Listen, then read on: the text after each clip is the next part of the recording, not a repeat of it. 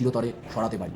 তো তাই জন্য বলছি যে ইসলামিক র্যাডিকালাইজেশনকে কোনোভাবে আপনাদের আন্দোলনের মধ্যে যুক্ত হতে দেবেন না, এবং বারবার আপনাদের আন্দোলন এবং প্রতিবাদ মিছিলকে অবজারভেশনের মধ্যে রাখুন কিছু ইয়ং ছাত্রছাত্রীদের দ্বারায়, যাতে কোনোভাবেই এই লুমফেনগুলো আন্দোলনের মধ্যে ঢুকে না আন্দোলনের পরিস্থিতি না সিচুয়েশান কিছুকে বিঘ্নিত করতে পারে।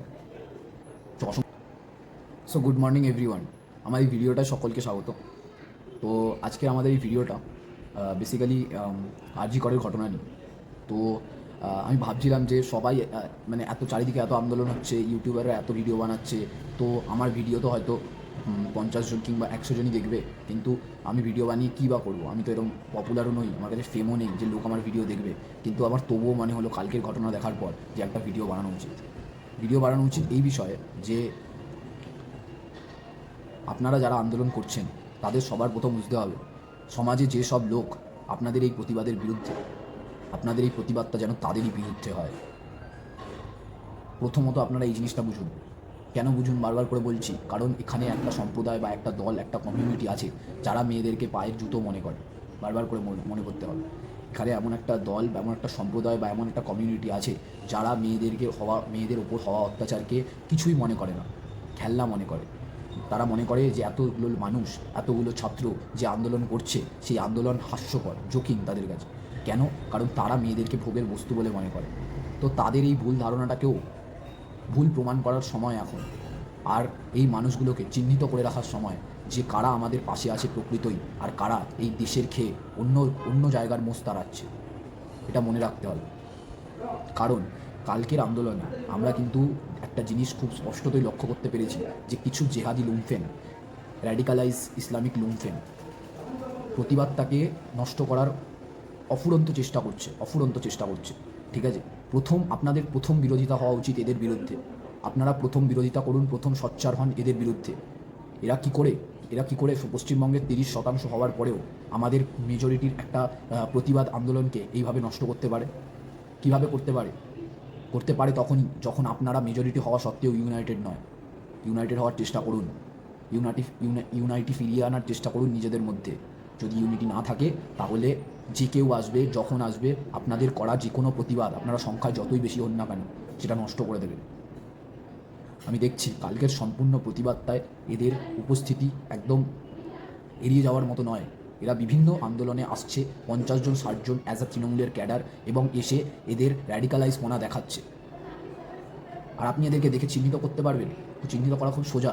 এদের ড্রেস কোডটা চোখে পড়ার মতো, এরা গেঞ্জি লুঙ্গিতে থাকবে। এরা আমাদেরই দেশের খাবে, আমাদেরই দেশের পড়বে, অথচ আমাদেরই দেশের মেজরিটি জনগণের সাথে সবসময় বিরোধিতা করবে। কেন হবে এরমটা? কারণ আপনারা এদের বোঝাননি যে এরা আমাদের দেশে, আমাদের ছত্রছায়ায় সুরক্ষিত রয়েছে, তারপরেও এরা আমাদের সাথে এইসব করছে। আপনাদের এই মেজরিটি সংখ্যক লোককে এদেরকে এটা স্পষ্টতই বুঝিয়ে দিতে হবে যে এরকমটা চলতে পারে না। অন্তত আমাদের দেশে চলতে পারে না 85%-এর মেজরিটিতে। ইভেন এই রেডিকালাইজ লোকেদের মনে হচ্ছে যে ওই ছাত্র সংগঠনে কিছু লোক আরএসএস থেকেও গেছে। আরে যদি আরএসএস থেকে গিয়েও থাকে তাহলে তাদের প্রবলেমটা কোথায়? বাংলাদেশে যে বিএনপি জামাত আছে তাকে নিয়ে তো কেউ প্রশ্ন তুলছে না। তাহলে ভারতবর্ষের আরএসএসকে নিয়ে কথা হবে কেন? যেখানে ভারতবর্ষে আমরা 85% মেজরিটিতে। তাহলে এখানে কেন কথা হবে? আমরা বলছি না যে 15%কে কোনো সুযোগ সুবিধা না দেখতে। সব কিছু হচ্ছে তো 15%-এর ওপর সব কিছু হচ্ছে তো, সরকারি সব থেকে সুযোগ সুবিধা ওই 15%ই পায়। তারপরেও এদের এত বিরোধিতা কিসের আমাদের সাথে?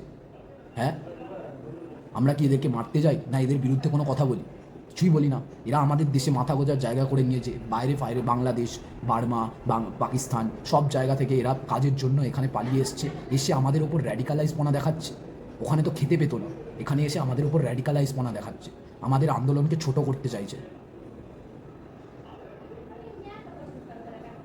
আমি কিন্তু বারবার করে আপনাদেরকে বলছি, এই ইসলামিক র্যাডিকালাইজেশনের বিরুদ্ধেও লড়াই আছে আমাদের, আর এই লড়াইটা আমাদের সবার আগে। কারণ আমরা যে প্রতিবাদটা করছি ওই মেয়েটির জন্য, ওই প্রতিবাদটা তখনই সম্পূর্ণ সাকসেসফুল রূপ পাবে যখন আমরা চারিদিকের বাধা বিপত্তিকে অতিক্রম করে, শুধুমাত্র মুখ্যমন্ত্রীর বাধা নয়, মুখ্যমন্ত্রী পাবলিক সার্ভেন্ট, এবং উনি ওটা জানে। ওনার একটু হলেও ভয় লেগেছে, তাই জন্য উনি 60-70 হাজার পুলিশকে কলকাতার আপামর জনগণের ওপর ছেড়ে দিয়েছে। ঠিক আছে, কিন্তু যাদের ভয় লাগেনি বা যারা এখনো মূর্খের স্বর্গে বাস করছে, যারা এই জিনিসটাকে হাসির ছলনায় নিচ্ছে, তাদেরকে বুঝতে হবে যে আমরা মেজরিটি লোক 70% পশ্চিমবাংলার লোক আমরা আন্দোলন চাইছি, তো আমাদের আন্দোলনে কোনো রূপে বাধা হয়ে দাঁড়ানো যাবে না। যদি বাধা হয়ে দাঁড়াও তাহলে তার ফল তোমাদেরকে ভোগ করতে হবে, এটা বোঝাতে হবে।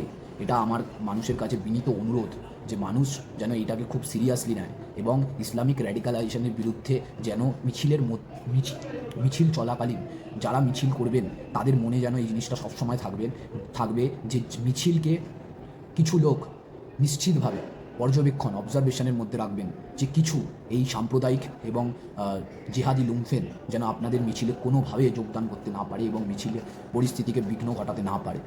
সিচুয়েশান একটা ক্যাওয়েটিক সিচুয়েশান যেন কোনোভাবে ক্রিয়েট না করতে পারে, পুলিশের গায়ে যেন হাত না তুলতে পারে। এগুলো দেখার বিষয় কিন্তু সম্পূর্ণ আপনাদের, যারা মিছিলটাকে অর্গানাইজ করছেন। তাই জন্য বারবার করে বলছি, প্রতিবাদ আমাদেরকে করতে হবে এবং প্রতিবাদ আমাদেরকে চালিয়ে যেতে হবে, কিন্তু তার সাথে সাথে আমাদের একটা জিনিস মনে রাখতে হবে, যেন এই প্রতিবাদের মাঝে কোনোভাবে ইসলামিক র্যাডিকালাইজেশন না ঢোকে, তাহলে কিন্তু অত্যাচার আমাদের ওপরই হবে।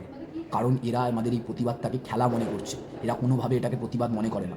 এটা মনে করে যে আমরা দুর্বল, তাই জন্য আমরা প্রতিবাদ করছি, আমাদের সশস্ত্র অভিযান করার ক্ষমতা নেই, তাই জন্য আমরা প্রতিবাদ করছি। কারণ এরা মূর্খের স্বর্গে বাস করে, এরা সশস্ত্র জিনিস ছাড়া কিছু বোঝেই না, এরা দাঙ্গা, লোককে মারা, খুনোখুনি, হানাহানি ছাড়া কিছু বোঝেই না। তাই জন্য বারবার করে আপনাদেরকে বলছি, আপনাদের কিন্তু নজর রাখতে হবে যারা মিছিলগুলো অর্গানাইজ করছেন, পার্টিকুলারলি সেই সব লোক, কিছু ইয়ং ছেলেদের দ্বারাই অবজার্ভ করুন মিছিলগুলোকে, যে যেন কোনো জেহাদি লুম্ফেন না ঢুকতে পারে মিছিলের মধ্যে। মিছিলগুলোকে ইসলামিক র্যাডিকালাইজেশন থেকে দূরে রাখার চেষ্টা করুন। বারবার করে বলছি, পশ্চিমবাংলায় ইসলামিক র্যাডিকালাইজেশন ভরে গেছে। কালকে প্রত্যেকটা নিউজ চ্যানেল রিপোর্ট করছে যে মিছিলে কিছু লোক আসছে যারা পুলিশকে মারছে, ইটপাট ছুটছে, পুলিশের গায়ে হাত দিচ্ছে। কিন্তু আমাদের মিছিল, আমাদের আন্দোলন সম্পূর্ণ শান্তিপূর্ণ, আমরা কাউকে আঘাত করতে চাই না। পুলিশ কি আমাদের সমাজের বাইরে? পুলিশ তো আমাদের সমাজেরই লোক, ওরা তো আমাদের জন্যই কাজ করছে। এই মুহূর্তে করছে না, এই মুহূর্তে সরকারের কথা শুনছে, কিন্তু সারা বছর তো আমাদের জন্যই কাজ করে। তো ওদেরকেও আমাদেরকে দেখে চলতে হবে, আমাদের মারার অধিকার নেই ওদেরকে। ওরাও কেউ না কেউ আমাদের প্রতিবাদী আন্দোলনের মানুষদের আত্মীয় স্বজন, পরিজন, ওরাও কেউ, পুলিশরাও কেউ, ঠিক আছে? তো ওদের মারা, ওদের গায়ে হাত দেওয়ার অধিকার আমাদের নেই। এবং যারা আমাদের আন্দোলনের মধ্যে ঢুকে আমাদের আন্দোলনটাকে হাস্যকর বানিয়ে তুলছে এবং র্যাডিকালাইজ দিক দেখাচ্ছে এবং লুঙ্গি এবং গেঞ্জি পরে আন্দোলনে আসছে, তাদেরকে আপনারা পয়েন্ট আউট করুন এবং আন্দোলন থেকে বের করে দিন। বারবার করে বলছি, সময় থাকতে যদি চেঞ্জ করেন তাহলে it will be possible, but যদি সময় থাকতে থাকতে না করেন তাহলে এটা কখনোই সম্ভব নয়। এবং একটা সময় পরে এরকম হবে যে 1946-এর সেই দিনটাও আমাদেরকে দেখতে হতে পারে।